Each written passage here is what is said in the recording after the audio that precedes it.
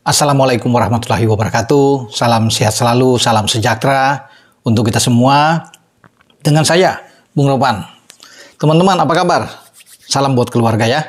Dimanapun teman-teman berada, pokoknya sehat, tetap semangat, dan kita akan ngobrol lagi bicara tentang persiapan tim nasional kita, tim senior yang sebentar lagi menuju ke Bahrain untuk bertarung dengan tim setempat di Stadion Utama Riva. Ya, dan kemudian setelah tanggal 10 Oktober, tanggal 15 kita akan bermain di Qingdao Youth Football Stadium ya di China, di mana kita akan ke Beijing dan akan meneruskan perjalanan ke Qingdao ya. Jadi kalau bisa dilihat persiapan kita memang menuju ke Bahrain dan China ini mepet.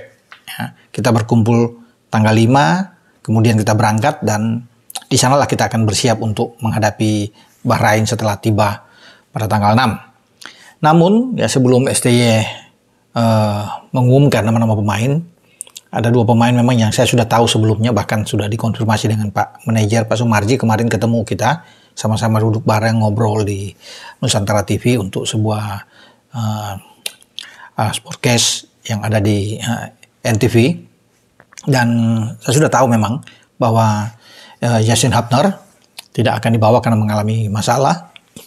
Juga Sandy Walsh ya, yang dalam 3 pertandingan terakhir bersama dengan Mkhitaryan dia tidak tampil dan memang diragukan untuk bisa bermain karena setelah MRI memang ada masalah, sehingga tidak akan memungkinkan baik Yassin Hapner dan Sandy Walsh ini akan bermain, dan dua-dua adalah pemain belakang. Pasti teman-teman sudah tahu, berita ini sudah beredar sejak kemarin bahwa 2 pemain tersebut tidak akan ikut bersama dengan rombongan tim nasional senior kita, tapi STY tetap akan membawa mungkin 28 pemain ya, yang biasanya kan 26. Kita belum tahu siapa yang akan menggantikan posisi Yassin Hapner dan Sandy Walsh ya, di dalam tim. Tetapi kalau dalam kerangka starting 11 itu yang saya akan bahas. Ketika Yassin Hapner tidak ada, biasanya kan kemarin bermain itu ada Jai Ises, Rido, dan Yassin Hapner sebelum Mes dan Eliano ini diambil sumpah. Tapi kemarin itu setelah Mes dan Eliano ambil sumpah, dua-duanya ini sedang tersedia dan pasti dua-duanya akan main.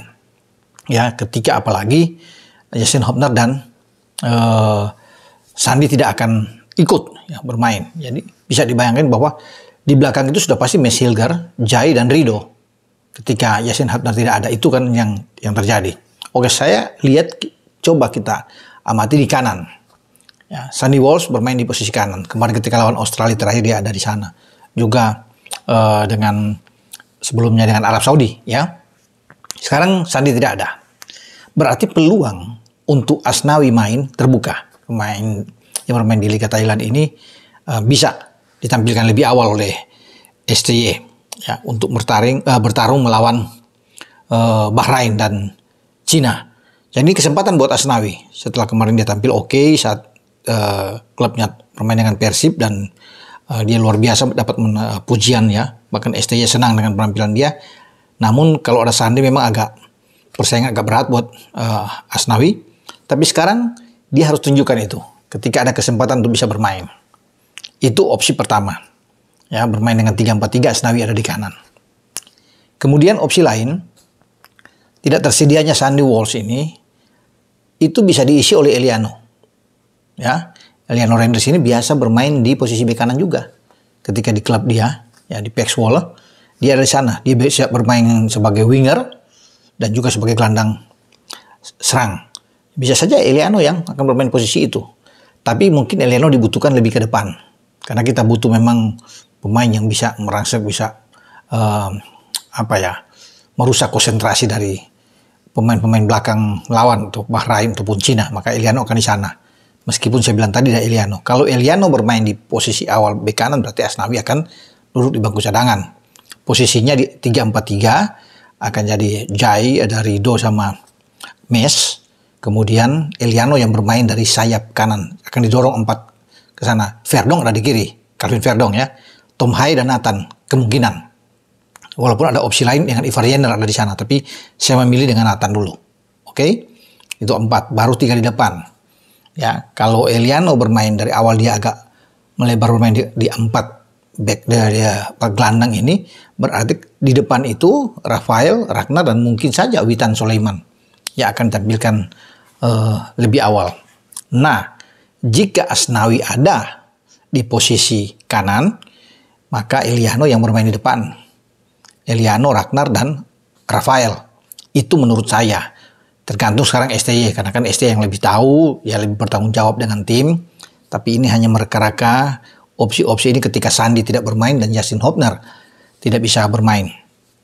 28 pemain hari ini itu rencananya akan dirilis, akan diumumkan. Ya, ada kejutan-kejutan juga, ada tambahan-tambahan pemain ya untuk bisa ada di sana. Kemungkinan besar juga kita akan melihat ada Rizaldi akan main misalnya. Ya, pemainnya akan masuk. Ya, dengan masih ada 50-50 soal Ramadan Sananta apakah dia akan masuk atau tidak. Tapi pasti akan di lini depan itu ada kejutannya akan dibawa lagi oleh STY. Ya, kita akan tunggu. Kalau bicara di depan atau Dimas Derajat pasti akan dipanggil. Ya, termasuk dengan Hoki Caraka. Ini pemain yang punya hoki besar dan selalu dia dipanggil oleh STY dan pasti mungkin akan diumumkan. 26 aja nama dia, apalagi dengan 28 pemain. Dengan tidak adanya Sandi dan Justin Hubner, peluang dia untuk ada dalam 28 besar, ya, yang akan ditaruh oleh STY. Kita akan tunggu nantinya, ya, ketika nama-nama sudah dirilis oleh PSSI. Dan itu tadi yang saya bilang, dengan opsi-opsi yang ada, ketidaktersediaannya Sandi dan Justin Hubner, maka Eliano kemungkinan besar akan ada di sana, dan juga peluang Asnawi untuk bermain di posisi bek kanan, dia akan didorong lebih ke depan dengan alternatif bahwa Eliano ada di 3 pemain depan tentunya. Tapi kalau SC memilih, ya saya bilang tadi kan kembali bahwa Eliano akan ada di belakang karena dia bisa bermain dari melebar, bermain di sayap, itu posisi Eliano Reinders, dia oke.